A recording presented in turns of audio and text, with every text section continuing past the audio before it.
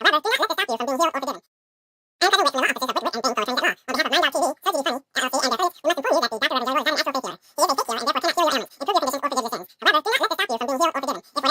a doctor, a real doctor. Come to me, my children.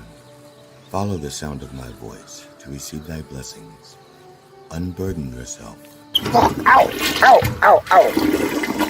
And welcome to the Church of Last Resort with the Dr. Reverend Jelly Roll.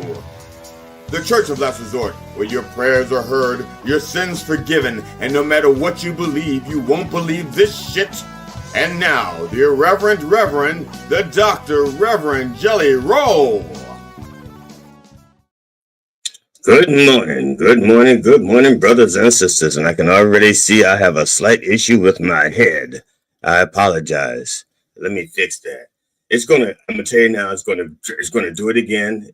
It keeps on doing it. It's gonna do it again. I guarantee that for you.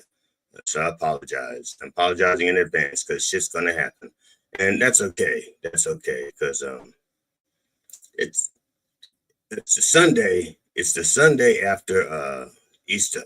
Okay, let me get that for you.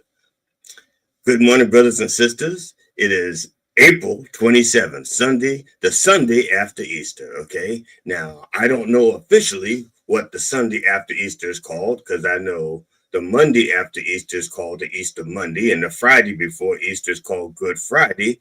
But the Sunday after Easter, I think that's the Go Fuck Yourself Minister Sunday, because my staff didn't show up. It's the we not going to work Sunday. I don't know how or why that happened like that. I'm just going to assume that it wasn't anything I said or did personally. Like, for example, I got this sparkly thing on my arm, which I did not have. I did not have it like 30 seconds ago, but there you go. I don't know. It's on my left side, and I can't fix it right now. I'll worry about it later. What can I tell you? So, brothers and sisters, good morning. And that includes any new members we may have joining us for the very first time. Wherever you are, or wherever you want to be, you may not be where you want to be, but there you are. Welcome to the Church of Last Resort. I am the Dr. Reverend Jelly Roll, flying solo that I could crash this plane before it gets off the ground. We'll see. I got another 58 minutes to find out. How about that? 57. But who's counting? I am. Because I sweat stuff. It's so hard for me to do this by myself because I have to focus and improvise at the same time.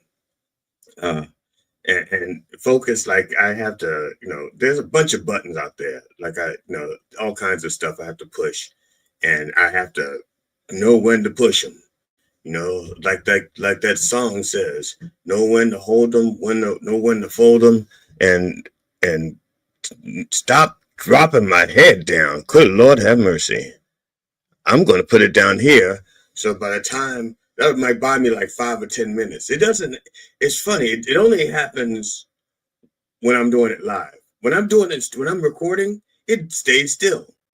I do not understand that. If I'm recording something, it stays still. But if I am doing it live, it just has to drop. And I do not know. I have not an answer for that. I apologize, brothers and sisters. Like I said, I'm the Dr. Reverend Jelly Roll, PhD, DDS, ADHD, MCM, People's also called me the racy reverend, the pervert pastor, the vile vulgar vicar of vice, the sexy shepherd, the missionary man, the minister of mischief, the wicked witness, the dirty. What am I doing? Oh, I don't even want to see. I don't want to see what I just did there. Lord have mercy. Lord have mercy. I was pushing the wrong button already, and nothing was happening on the screen. I'm pushing and I'm pushing. I pushed it like 10 times. Well, something's about to happen 10 times. We'll all find out together.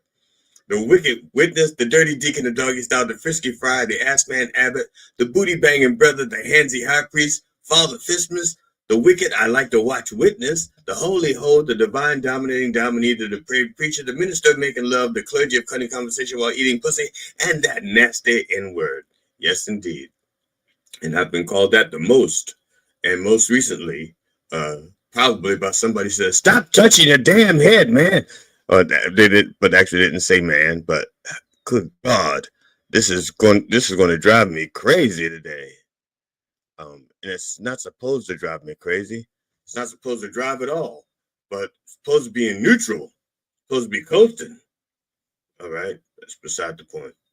Now I'm way down. I'm like, okay, elephant in the room. You're saying, wait a minute, why is his head moving, but the lion isn't?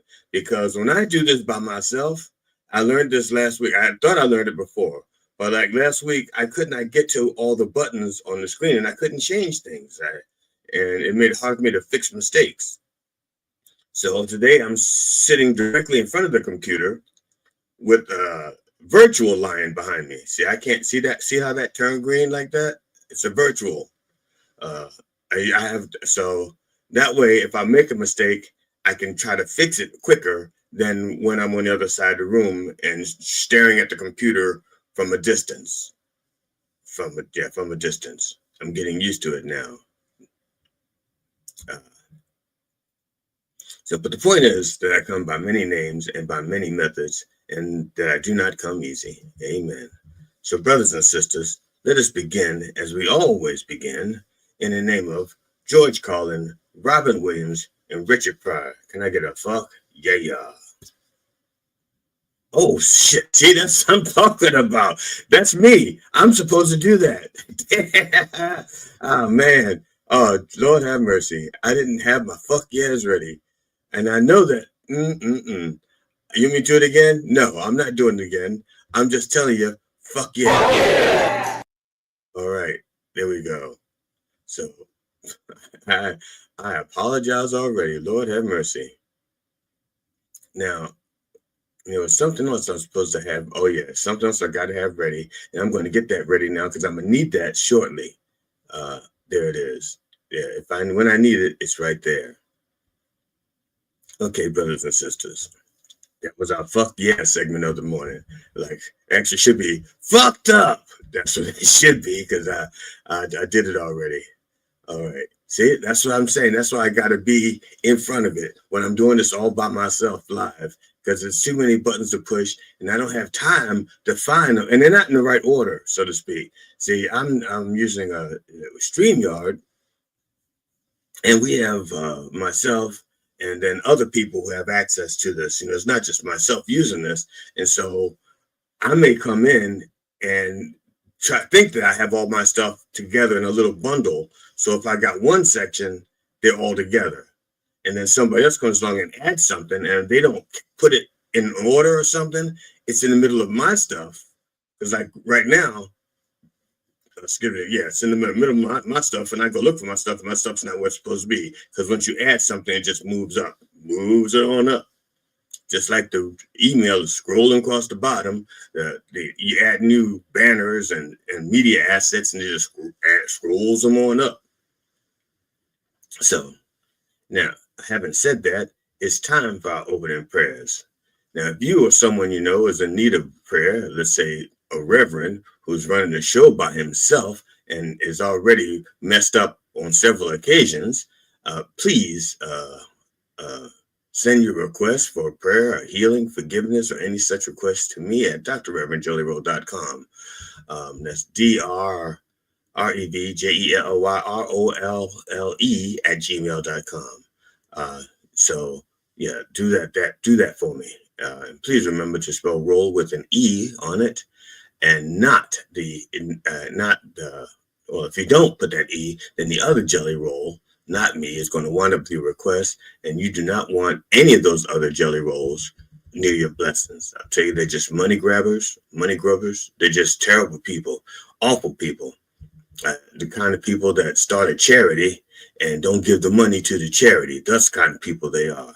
Not like me. I don't start a charity because I'm not giving them money anyway. I'm not even going to lie to you, say, I'm collecting for so-and-so. No, I tried that. I tried to collect for the Cancer Society. And not only did I not get any, the people's, there was like a potathon. They're like, I don't know if we want you on our potathon, but they didn't tell me that. They didn't get back to me. They didn't acknowledge or disknowledge or unknowledge Right. They didn't acknowledge or acknowledge my efforts to be part of it. But anyway, so like I said, I'm not trying to raise money for other people right now. So I don't know where I was going with that, but at any rate, let me get to the disclaimer. While all prayers are heard, not all prayers are answered when we want them to be. Some loopholes and restrictions may apply. See, like that part I read, and there's some things I do read, or can read, shall read, at any rate, rich read, sure. Please bow your heads unless you're driving your car or your significant other. And if that is the case, just close your eyes and just let Jesus do the driving for a while. And you're saying, well, why haven't I closed my eyes and let Jesus drive this show? Because Jesus don't push buttons. I can tell you that for a fact, because if Jesus pushed buttons, they'd have been pushed. Okay. So he may be able to drive a car or drive a stick, but he can't push buttons. I can tell you that right now. Lord have mercy. So,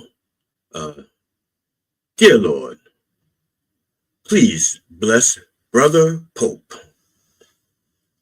Pope Francis died on Easter Monday at the age of 88 after a papacy of 12 years. Here are the key things to know about the death of the Argentine pontiff. That was his nickname. They called him the Argentine pontiff after Argentine, where he came from, and pontiff, which is what he did, which is Latin for, like, it's from the root like pontificate. To pontificate comes from pontiff. See? Yeah, now you know what pontiffs do. They pontificate. So the pontiff, who was the first from Latin America and probably the last, I'm going to tell you right now, because he caused such a stir. They're like, okay, we gave him a chance. He fucked up. And I'm not saying that in a bad way. He fucked up in a good way. He was more open to more accepting than, let's say, other papals in the past, other past papals. Francis died on Monday morning after Easter at the Domus Santa Marta Hotel, where he lived at the Vatican.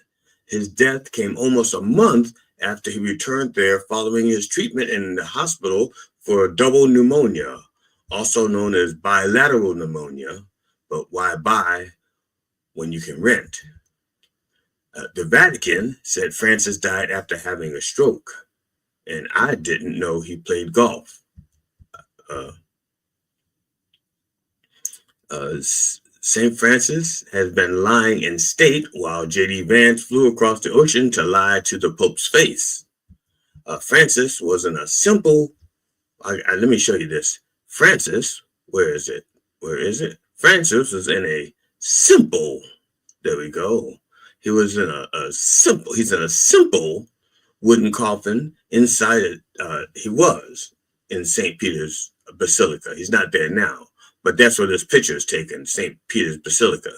I didn't take the picture, otherwise it would have been higher resolution, because I roll like that.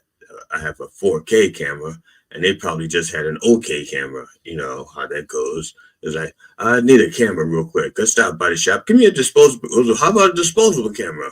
Okay. See, I don't do that. I got a 4K camera. They just didn't want to spend the money, so they have an OK camera. So this picture is a little bit grainy. That's all right. He is dressed in his red liturgical vestments. This is not to be confused with having red litigious investments like the Trump NFTs. And the tease is you were ripped off. That's the tease. He got your money and he just went on his way.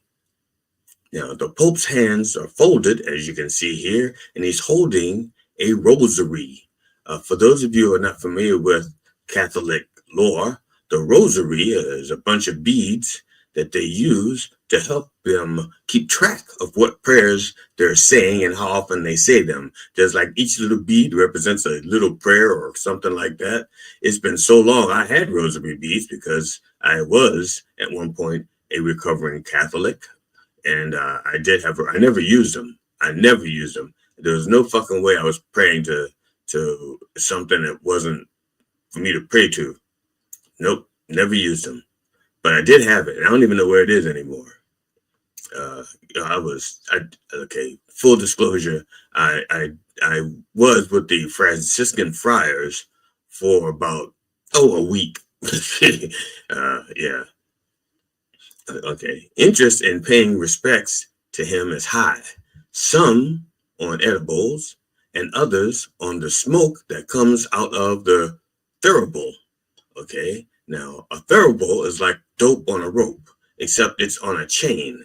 And they walk up the aisles and they swing the thurible like this, and the smoke comes out, and people go, "Whoa, dude!" So it's a thurible.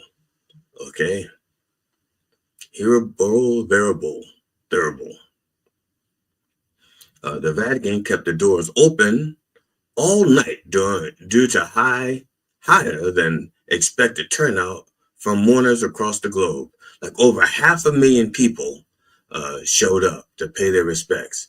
And the little shop owners, as a matter of fact, I had that graphic. I had the video of the little shop owner saying, that's a good of money we're making now. I cannot wait for the next pope to die.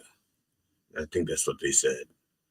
They're like little pope in little wooden coffins and everything. They're just, if you can sell it, they're selling it, because they don't get this chance very often. You gotta, hop on it. And that's why all the popes are older.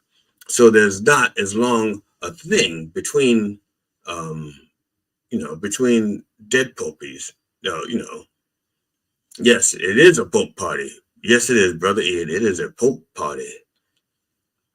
And thank you for coming. Thank you for coming along. Now, I was supposed to say something. I can't remember now. It was, they closed them. Yes, they held it open all night so that like 500,000 people could come by and pay their respects. And they only closed it. They only closed it for 1 hour, an hour and a half on Thursday morning for cleaning up after those dirty Catholics. The clean Catholics didn't do anything wrong, but you know the dirty Catholics. They're the ones that hoot and holler on Saturday night, and then the next day they go to mass and they say, "Forgive me, Lord, for I have sinned my ass off." And they said, "When was your last confession?" And they said, "I'm doing it right now." Shit. What do you want to? You going to dwell on the past when my last confession was? Let's talk about the future. Okay, my future. That's why I'm confessing now. I did a lot of shit and I need to get it off my plate.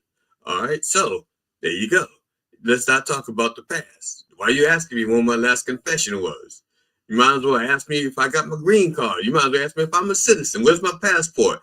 They ain't none of your damn business. Just listen to my confession so I can get the fuck out of here. So that's what happens in confession. See, like I said, I was a minister. I know what happens in those places. See, because I've listened to some confessions in my day, and yes, I did. And the things I could tell you, Lord have mercy.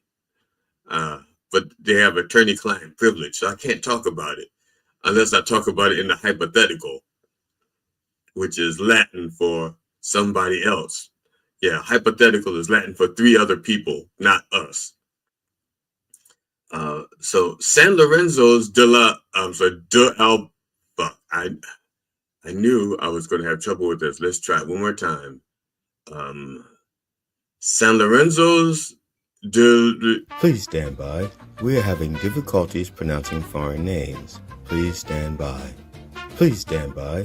We are having difficulties pronouncing foreign names. Please stand by.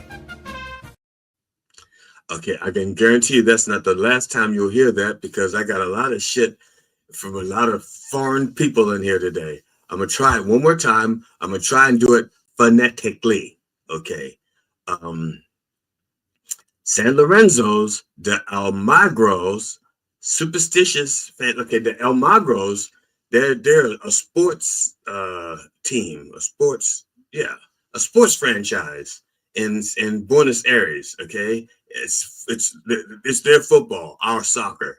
Okay, their mascots, the Giants, and their fans are like really superstitious. Okay, really superstitious because their online message boards were like heating up. And the social media groups are flooded with speculation about how Francis's club membership number. Okay, now this is how many people belong in this club at that time. Okay, 88,235. Okay, write that down. 88,235. Because I'm going to break down to you why this number means something to them. All right. It includes that number includes both his age, which was 88, the time of his death. He was 88, and the time he died, 235. Local, not local to Rome, because it was 735 in Rome, but in Buenos Aires, where he was born, it was 235. And you see why they thought there was something special about those numbers? He was born in Buenos. It was born. In Buenos Aires, where he was born, it was 235, and he was 88 years old. So they're like going, whoa, this like predicted his death. Okay, really, that's what they're saying. They're saying that his death was predicted. But what good is a prediction if nobody knows what that is? If you wait till after it happens, and then you have to like reverse engineer, and then you're not predicting, you're post-dicting, okay? So they should just say, we post-dicted these numbers. But no, they were saying it predicted, all right? Now, here's the problem with that. Once he turned 88, there were 365 potential days when it was going to be 235 in Buenos Aires. Okay. And if you're using a 12-hour clock, twice a day. Okay. Now, 2:35 a.m. is only going to come once a day, true. So let's just stick with that. The time he did, 2:35 a.m. There will be 365 potential days where he could have died at 2:35. Okay. Now, but let's play this game. All right. Let's play this game. The Pope was born in Argentina. All right. Hitler was supposed to have fled to Argentina. Hitler was a Nazi, and the Nazis hold the number 88 as some kind of magic number because 88 is shorthand for Heil Hitler because H is the 8th letter of the alphabet for us. Now, I don't know what it is in the German alphabet, but the domestic Nazis say 88 is a magic number. And you'll often see the little tattoos on their knuckles or on their chest or on their neck. It says 88. If you see that, no, they're not piano players. They are Nazis. All right. Yeah. Now, also, speaking of pianos, a piano has 88 black and white keys living side by side in harmony, just the way Nazis intended. Yeah, see what I'm saying? I'm saying rest in peace, Pope. Yeah, that post-dicting shit don't work for me. Okay, I don't believe in post-dicting. If you can't predict, don't dict at all. That's what I'm saying. That's remind me to, I gotta write that down. If you can't predict, don't dict at all. Lord have mercy. So I'm saying, rest in peace, Pope. You should have excommunicated. You should have excommunicated J.D. Vance when you had the chance. Can I get? You know what I'm? Can I get? You know? Yeah. Fuck it. Can I get a? You know? That's right. Wing. So there we go. So there we have it. Dear Lord, please bless Brother Clem Burke. That's right. Clem Burke, the drummer for Blondie, has died. And now, when I say Blondie, I'm not talking about. I'm not talking about this Blondie. That's not the Blondie I'm talking about. That's another Blondie, and we'll discuss that later. He's died of cancer, not the good kind that leaves you feeling rejuvenated, but the other cancer. He was 70. The band released a statement. not the band, band, but the band Blondie. Okay. And when I say Blondie, I'm not talking about Dagwood's wife. Okay. That's not her. That's not who I'm talking about. We're talking about the other Blondie. All right. This is their statement. Clem was not just the drummer. He was the heartbeat of Blondie.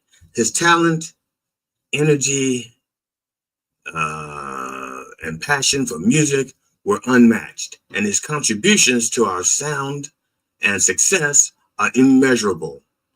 Well, mostly 4/4, so it was measurable. They just didn't think about it. It was so mostly 4/4. I can't think of anything else that they did ever that was not 4/4. And I'm going through their entire repertoire in my head right now. Okay, all 4 songs I can think of, they're all 4/4. I mean, some a little more syncopated, like The Tide is High. I think that was a little sync. They tried to like emulate reggae. Then they did the songs they tried to emulate boogie or, dance music, but it was all 4/4. So I don't know why this thing was immeasurable. Okay, beyond his musicianship, Clem was a source of inspiration both on and off the stage. That's nice. Burke was born in Bayonne, New Jersey on November 24th, 1957. He joined Harry, that would be Deborah Harry, 79, and Stein. I don't know what Stein's first name is. That was 75. Okay, but that's not how old they were when he started the band. See, in 1975, they were both much younger. They were all much younger in 75, as were we all. In New York City, this was in New York City, and the drummer was the drummer. He was the drummer for all of their new wave band albums.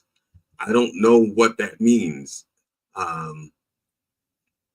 mean, I know they were like a new wave band, but when they started off, they were punk. So were they not? But he was there in the beginning. So let's forget labels. Labels are not a good thing. Labels kills bands. It's just like when Blondie went from being new wave to disco and dance. Labels kills. And in fact, I think that's going to be a cause of death on some one of these things. Labels. And here's a good one. And he was the drummer for all of the new wave band's albums, including their eponymous. Let's try this one. Let's sound it out like it's written. E-Pony Mouse. Right. Their E-Pony Mouse. Okay. So you know what I'm trying to say. That's when you name something after yourself. Name. So like if Blondie, their first album was Blondie. So their E-Pony Mouse debut album in 1975. Eponymous. Damn it. You know what I'm trying to say, damn it. Don't fuck with me. Burke recruited Gary Valentine as the band's bassist. Okay. He did that. The band broke up in 1980 following Auto-American's release. Now, Auto-American was their last new wave album, I guess, 1980. And that album had 2 hit singles on it that I remember. The Tide is High. The tide is high, and so am I. That one. And Rapture. Was it? You go out at night and you're drinking bars. You go out at night, shoot up cars, and now you only eat guitars and whatever. That one, Rapture. Yeah, that one. It's like they sat around, fucked up, and said, "What rhymes with cars and bars and guitars and stars?" And they just R's just crazy. That's what they just R's like that. They reunited more than 15 years later, and Burke is also part of the album No Exit, which they did in 1999. That album had such great singles like Screaming Skin, Forgive and Forget, Maria, No Exit, Double Take, Nothing Is Real But the Girl, and Boom Boom in the Zoom Zoom Room. Yeah. Now, and Night Wind Scent. Now, I'm going to tell you a little secret here. I tried to Oh, now I see where all those clicks went. Uh, I tried to Google the sound. I wanted to know what boom boom in the zoom zoom room sound like. Is that the one? Yeah. And Lord have mercy, I'm gonna tell you right now, there was so much porn. Uh, there was so much porn on the boom boom in the zoom zoom room. I kid you not. I never found the song.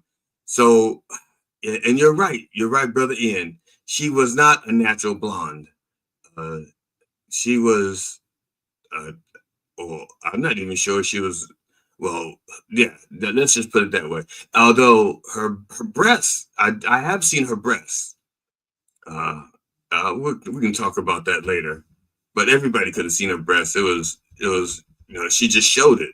It was like she was performing. Okay, but their last album was in 2017. Okay, yeah, it was called Pollinator, like the bee, or the Terminator. If the Terminator went around fucking everything, Pollinator. Uh, they did a song called Doom or Destiny, featuring Joan Jett. You know, so I did. You know, so I take that. I did find Boom Boom in the Zoom Zoom room, and it sounded like a slow jazz piece. Yeah, I did. I did find a copy. I was so traumatized by all the porn I found first that I forgot. I actually did get to listen to that song, and it's kind of like she has a really good voice in that song. She sang like a jazz, like she was sitting around a piano. Uh, Now, Doom or Destiny, she sang that with Joan Jett. Uh, and yeah, I'm still on the second. Am I on the second? Yeah, I'm on the second. Well, it doesn't matter. A long time, already naked. Yeah. Oh, yeah. I tried to look up already naked also. Don't. You're not going to find the song. You're not going to find the song already naked by Blondie. You won't. You'll find tits and ass. Okay. Fun, my monster, which is probably what happens when they're naked. Already naked, you see my monster. Best day ever because they were already naked. You saw the monster. Gravity. That's what I told you. Her breast was out there. Yeah, Gravity. This is a filthy album. It's full of innuendos and nastiness. I gotta get it. Oh, and the last song it says, "When I Gave Up on You."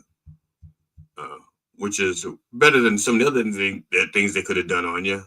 So rest in peace, Clem. Can I get a heart of glass out of my head? I guess song has been going on and on and on in my head for so long now. Heart of glass because what can I tell you? I got stuck in the Blondie hole. It just all night long. All right. Dear Lord, please bless brother Will Hutchins. Will Hutchins, the star of ABC's Sugarfoot. Okay, Sugarfoot, not the Ohio Players Sugarfoot. This Sugarfoot, thought to be a contender for TV's first comedy western series, died Monday, April 21st, at North Shore University Hospital in Manhasset, New York. He was 94, and his cause of death is listed as respiratory failure. Like, he stopped breathing. But in that case, doesn't everyone do that? Like, yeah, you died, you had respiratory failure, you stopped breathing. Sure. Okay. Running on ABC for 69 episodes. It ran on ABC for 69 episodes from 1957 to 1961. Sugarfoot starred Hutchins as Tom Brewster, an Easterner who comes to the Wild West of the Oklahoma Territory to become a lawyer, and his lack of cowboy skills, which the show played for laughs, earned him the nickname Sugarfoot. The show's lighthearted approach to the TV Western genre preceded that of Maverick, starring James Garner, which debuted 5 days later. That's right. So Sugarfoot, they probably said, shit, the other network's about to release Maverick. Or maybe it's the same network. And they said, we got to release Sugarfoot first. And they did. But I don't remember Maverick. I mean, in the back of my mind, if I had to remember it, sure, I can remember Sugarfoot if you tell me to. But I remember watching Maverick and the movie. It was pretty decent. I had fun watching it. Uh, Now, from the mid to late 1950s, Hutchins appeared on such TV series as Warner Brothers Presents, Conflict. No, that's not one show, that's two shows. One series is Warner Brothers Presents, comma. The next one is Conflict, comma, Matinee Theater. See, I didn't want you to think there's like Conflict Matinee Theater, because it's three different things. Because if you don't do the commas, Warner Brothers Presents Conflict Matinee Theater. Yeah, they need bigger commas. Warner Brothers Presents, comma, Conflict, comma, Matinee Theater, and 77 Sunset Strip.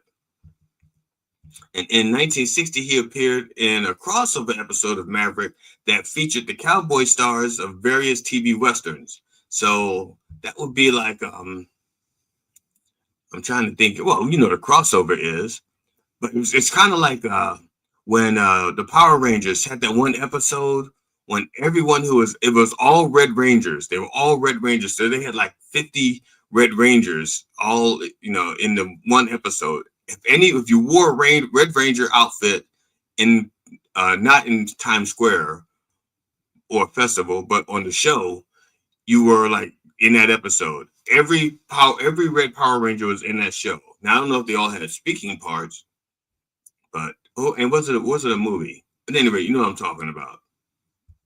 Now, feature film roles included a part in the 1958 Andy Griffin movie, No Time for Sergeants, and director Samuel Fuller's 1962 World War II film, Merle's Marauders. Now, his TV appearances remained steady throughout the 1970s, with credits including Gunsmoke, comma, The Alfred Hitchcock Hour, comma, Perry Mason, comma, Love, American Style. They put a comma there. There shouldn't be a comma there. It shouldn't be, no.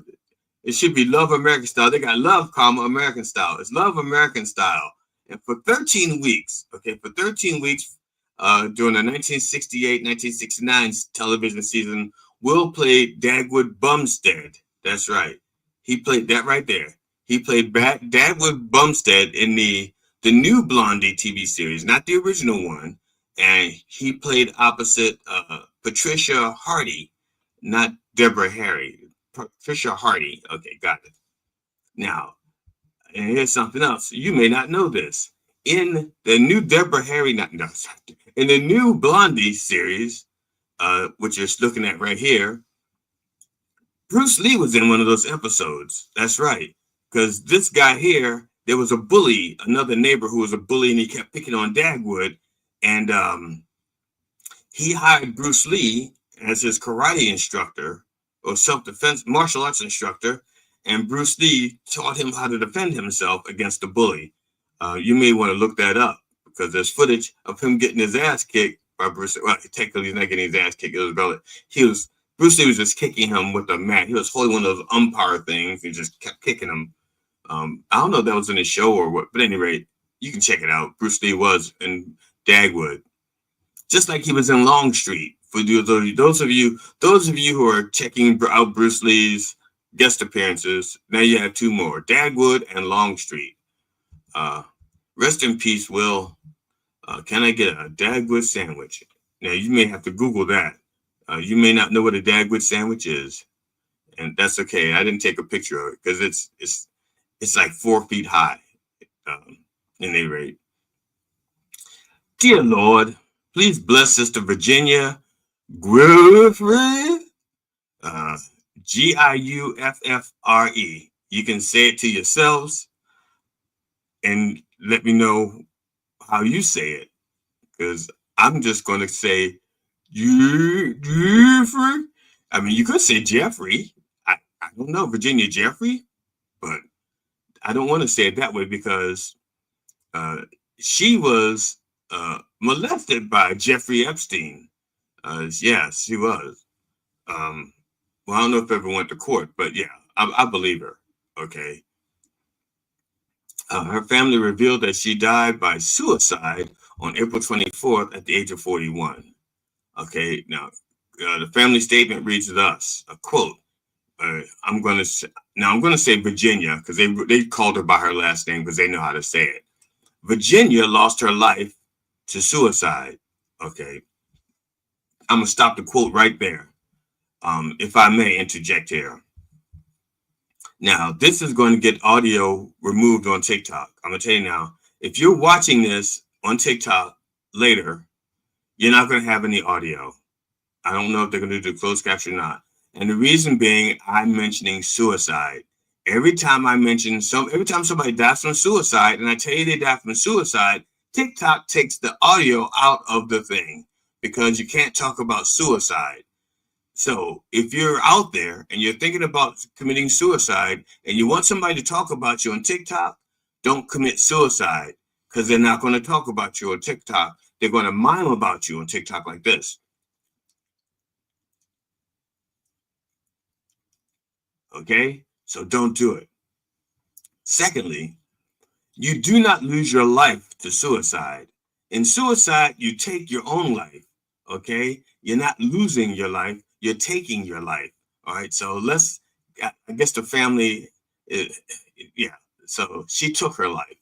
All right? Let's get back to their quote. Quote, after being a lifelong victim of sexual abuse and sex trafficking, Virginia was a fierce warrior in the fight against sexual abuse and sex trafficking. Okay, this is me interjecting again. Once she stopped being trafficked, of course, because it doesn't make sense to be an advocate against it while you're still in the midst of it. So back to their quote. She was the light that lifted so many survivors. Despite all the adversity she faced in her life, she shined brightly. She will be missed beyond measure. The light of her life were her children, Christian, Noah, and Emily. Okay, two of them are biblical names. I don't know where she got Noah from. A statement given to people read, it was when she held her newborn daughter in her arms that Virginia realized she had to fight back against those who had abused her and so many others. Close quote. Okay, the statement continued, in the end of the toll of abuse is so heavy that in the end, the toll of abuse is so heavy that it became unbearable for Virginia to handle its weight. And her children were grown. So we know, then it continues, we know that she is with the angels. Rest in peace, Virginia. I guess the angels really did need you in the outfield. Can I get a little Suicide is Painless music? Yeah. See, that goes back to the MASH thing. See? And like the MASH goes back to the Dagwood thing. But did it go back to? No. I'm sorry, it's going forward to the MASH thing. Yeah, that's what it is. It's going forward to MASH. Here we go. Dear Lord, please bless Brother Patrick Adiarte, Adiarte, Adiarte. Let's say Adiarte, okay? Just for the sake of agreeing that that's going to be his last name for the rest of this segment. Patrick Adiarte, acting legend Patrick Adiarte, has died after a long struggle with illness, undisclosed illness. So we're going to call it labeling, and that's what killed him. The MASH legend died on April 15th in an effort to, again, he need to file an extension in the hospital from pneumonia at the age of 82. The actor was born on August 2nd, 1943, in Manila, the Philippines, right? Manila, Philippines. But he became huge in the United States for his great character roles.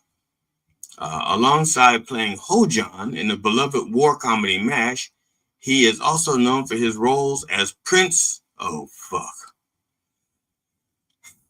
Okay. Prince Chulalongong. Prince, okay, musical, The King and I, okay? Please stand by. We are having difficulties pronouncing foreign names. Please stand by. Please stand by. We are having difficulties pronouncing foreign names. Please stand by. Chula Longcorn in the hit musical The King and I, and TJ TJ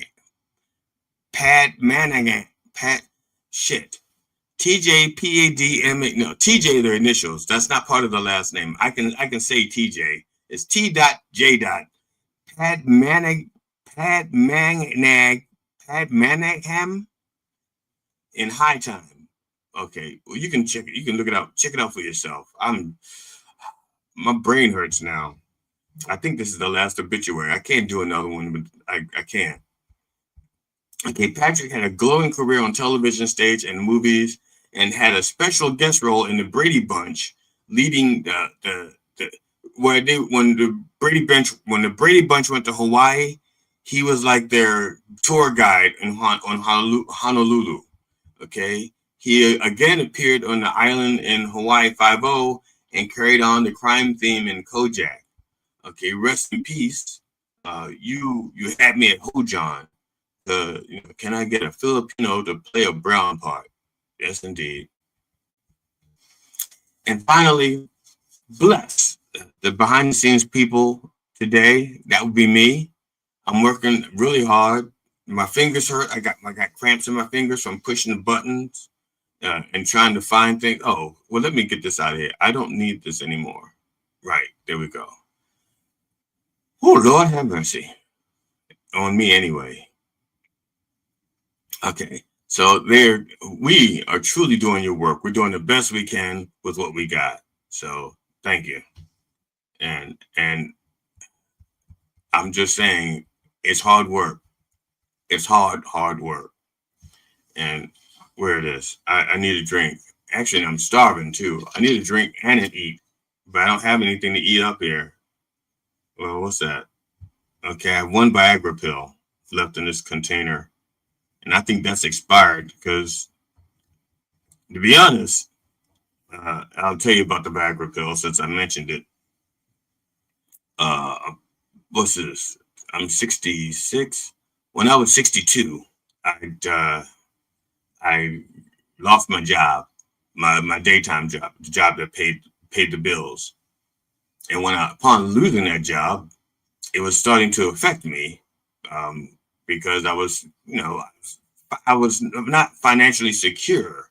I had a little bit of money, but I couldn't even get unemployment because when I applied for unemployment, somebody had stolen my ID, my identification, and if somebody had filed for unemployment in my name. So we had to clear that up. So I didn't get that money. So I had to tap into my retirement because it took them like months to clear it up. And so I took money out of retirement to cover that. And when I finally got the money, it was so much hassle to put it back into my retirement. I didn't do that. So I was a little light in the retirement. But anyway, I was so stressed out that I was having difficulty performing the sex act, the husbandry duties. And so I was aware of it. I knew it. I knew things weren't. Look, I know. Everybody knows when they're fucking up. Either they don't want to admit it. And so I said to my wife, I apologized to her and I said, Mona, do you think I need Viagra? And she looks at me and she goes, do you think you need Viagra? And that wasn't an answer. And she could have said yes or no, but do you think you need Viagra? So I went to my doctor and, she gave me Viagra and what they don't tell you is that it can make you nauseous. I mean, you have an erection that lasts for 3 hours, but I was nauseous and my wife couldn't tell what kind of face I was making. She couldn't tell which end was about to ejaculate, if it's going to be in my mouth or my nether regions. And so I could, I was just like, she had to guess, she's thinking like, do I have time to finish? Is he going to blow chunks before I finish? So I just stopped. I stopped and I have one pill left. And I only have it basically because I hate to throw things away. I do. I have pills from like, oh well, like I must have had like 100 and some odd oxycodone tablets because I wouldn't take them. And eventually I got around to taking them to the pharmacy and they put them in their little container. But what they tell you to do is to put them in coffee. And they say coffee is a great filter and it like will neutralize all of the chemicals in there. That's what they say. But it could be like recycling. They just tell you shit just to make you feel good about it. But they don't want you to flush these things down the toilet because it goes into the sewage system. And our sewage system, our cleaning water recycling stuff is not that great when it comes to removing chemicals from the water. If it gets, so get a filter. That's all. I mean, I'm on well water. I have a filter anyway, but that's beside the point. Now you know why. It's just there to remind me to stay hard. That's all. It's just like, if I can't keep it up, I'm gonna take these pills. That's gonna make me vomit. So it's just incentive. That's all. So I was gonna do a little bump for the Lord. Yeah. And you notice when I'm by myself, there is no sound effect. See, you really can't hear me drink from this. You can't. That sound that's added, and I don't know what that sound effect is, so I wasn't going to push it. So, figuratively and literally, I'm not going to push it. So, brothers and sisters, in the name of George Collin, Robin Williams, and Richard Pryor, can I get a fuck yeah? Oh, damn it. See, I did. I'm going to say it one more time. Once I find it, yeah. Here we go. In the name of George Collin, Robin Williams, and Richard Pryor, can I get a fuck yeah? Fuck yeah! All right. That was delayed. I pushed it and I watched it. It's like it had to load up or something. Lord have mercy. Now, ordinarily, I'd be playing a commercial right now. And I guess I should play a commercial right now. What I'm going to do is, I'm going to play a commercial because G.D. Fenderson does work hard. It may not look like it, but he really does work hard to write some of these things out and make notes for me so I have, he does all the research for the dead people. And I appreciate that. So, because while he's writing the dead people parts, I work on the sermon. And basically, I don't write the sermon out. I just have like these little notes of what I want to talk about. And like today, the sermon is called Weather to Storm Together. And if you're reading it, it makes sense. If you're not reading it, it's probably not going to make any sense to you. Okay, but it's WHETHER to storm together. And I'll tell you all about that after this message about G.D. Fenderson. You can find him on GigSalad/G.D. Fenderson. My wife says to me, I can do that if you like. I'm like, trash. I said, no. What would you think I want you to play dead like that on a weeknight?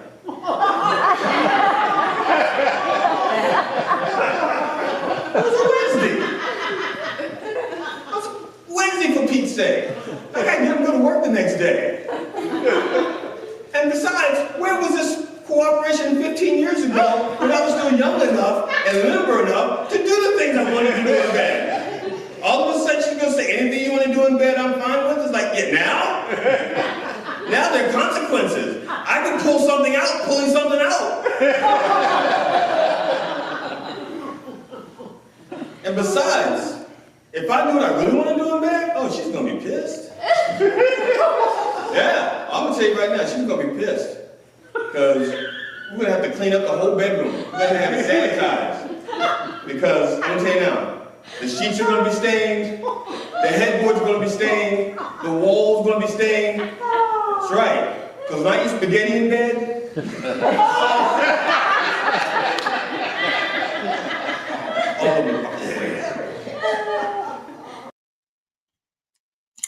Oh, yeah. Sorry about that. I did not mean to do that. What am I doing here? Oh, I see. I see. See, that's why I can't be by myself. I cannot be left alone. I try real hard, but I can't be left alone. So, today's sermon, Weather to Storm Together. Now, in recent days, the American people have been hitting the streets in protest. And I will say that philosophically, it is better than hitting Trump in the face, although less gratifying. But still, I am happy to see it and angry that we need to do it. You know, people are out there, they're protesting all kinds of things. They're protesting massive federal layoffs. Yeah, layoffs? Layoffs? Don't talk to me about layoffs. Layoffs. They're pissed off about it. People are losing their job needlessly. And then the courts say, no, you got to hire them back. And some of them can't find their way back, so to speak, because files have been deleted. The Doji people don't know what the fuck they're doing, you know, and they're losing contact information. It's almost like people have to start all over to apply again. So I don't blame them for being upset about that. They're protesting Hexaf, especially if you're in the military, because if you're in the military, you're expected to obey certain rules and regulations and to uphold the Constitution and do right by the country. Yet the person in charge of the military doesn't have to do it, and he willfully doesn't do it. They say, no, you can harm people you can harm people with your actions. And he's like, fuck them. I need a private line so I can use my signal chat. Okay. I guess it's difficult. But the military people are not going to protest. I don't know if they're allowed to protest. But their family members can.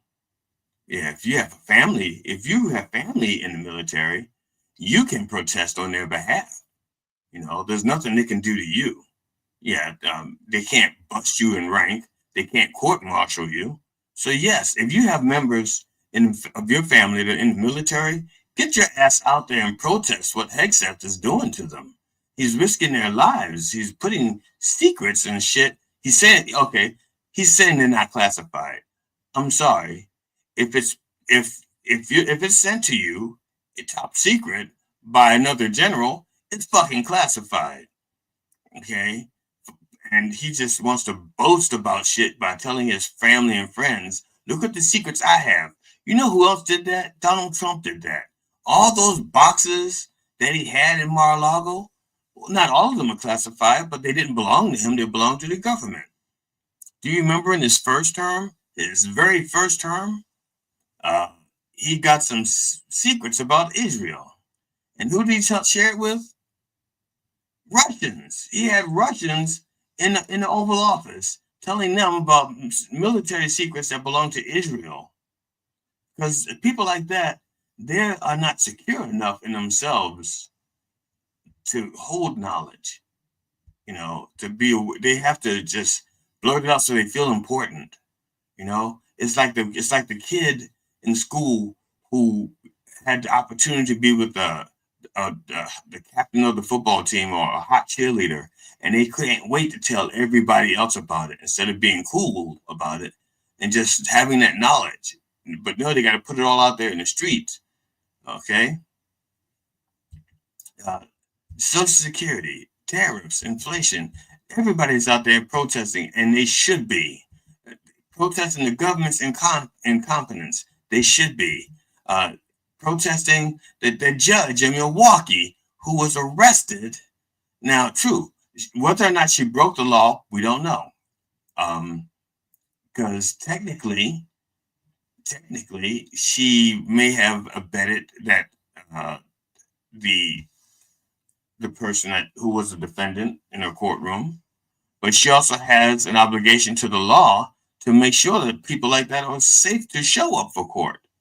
So yeah, she enabled him, but she'll have her day in court. She's out on her own recognizance. But the problem that I'm having about this isn't that she was arrested. They don't usually arrest judges for that.